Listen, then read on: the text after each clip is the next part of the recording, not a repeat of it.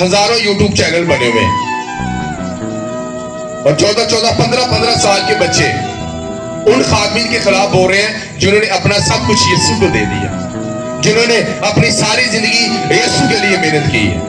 और वो छोटे छोटे बच्चे आज बड़े बड़े खादमों को बातें कर रहे हैं, ये खादम ऐसे है, ये पास्टर ऐसा है, ये चर्च ऐसी है, ये खानदान ऐसा है। लेकिन वो नहीं जानते कि वो अपने बंद कमरे में खुदा के साथ कितना सिंसियर, वो खादम कितनी दुआ करता है, कितने रोजे रखता है, कितनी अपनी भेड़ों के लिए दुआएं करता है।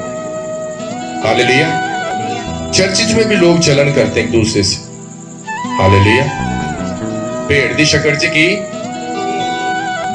उनकी भेड़ है, उत्ते खालों ने काली पाई है, भेड़िए दी पाई। ऐसे चर्च में भी लोग होते हैं जो अपने खादम के खिलाफ होते, उसे नीचे गिराना चाहते हैं। जब आपका खादम ग्रो रहा तो बहुत से लोग देखते हैं कि ये इतना कैसे ग्रो हो गया।